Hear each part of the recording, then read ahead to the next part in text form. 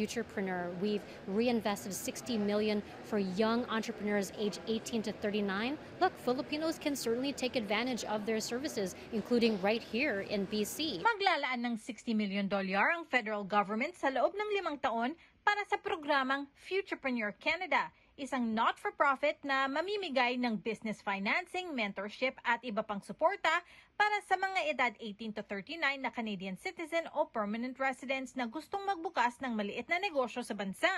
Bahagi pa rin ito ng Budget 2024 ng Ottawa. The future is here for young entrepreneurs to seek that, follow their passion and seek their dreams. Pwedeng mag-apply para sa small business startup non-collateral loans sa Futurepreneur Canada kapag hindi pa tinayo ang negosyo o wala pang 1 taon ang inyong small business.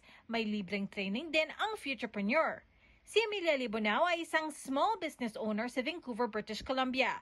Ayon sa career coach, importante na bago magsimula ang isang small business, isipin muna kung ano ang inyong mga goals at kung gaano katagal bago makamit ang mga goals na ito. I think having a structure gives you a timeline on when to get there and also how to get there. Importante rin daw ang paghahanap ng mga mentor o ang pag-network sa iba pang mga negosyante upang magbahagi ng mga idea. There's a lot of successful businessmen, women, and even from different genders that are very successful right now. So talk about what made them successful, how they got there, and also what type of disciplines did they do. Me personally, I wake up very early in the morning and I see the perspective of my day, but also I look at what I'm going to do quarterly, monthly, and annually, and really setting higher expectations for yourself.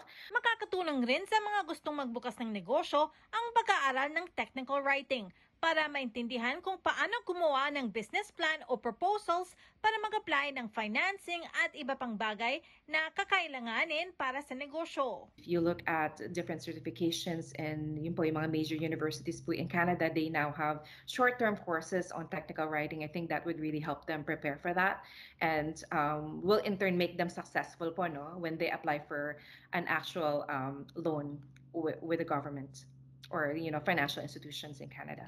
Pero ang pinakamahalagang bagay para kay Libonao? Really find your passion, because when you have your passion, you can also find your purpose. And if your purpose is to help others and make other people's lives better, I think that will be more lasting. It will give you a more rewarding feeling, and you can also inspire others to do the same.